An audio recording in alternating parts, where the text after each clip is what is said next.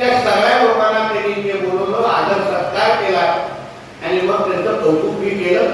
मला हा गुण निश्चित पद्धतीने बरा वाटतो.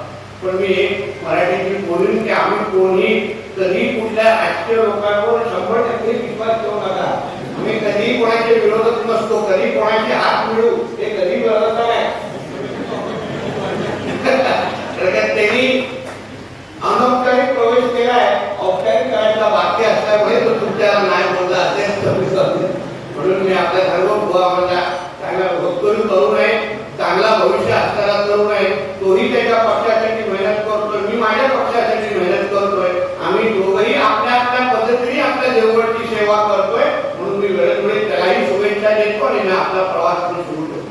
म्हणून मराठीजी आपल्याला सांगेन, तुम्ही अशाच पद्धतीने जसे आहात तसेच राहा आणि तिथे गेल्यानंतर तुमच्यासारखे सगळ्यांना बनवा. या शुभेच्छा मी तुम्हाला या निमित्ताने देतो.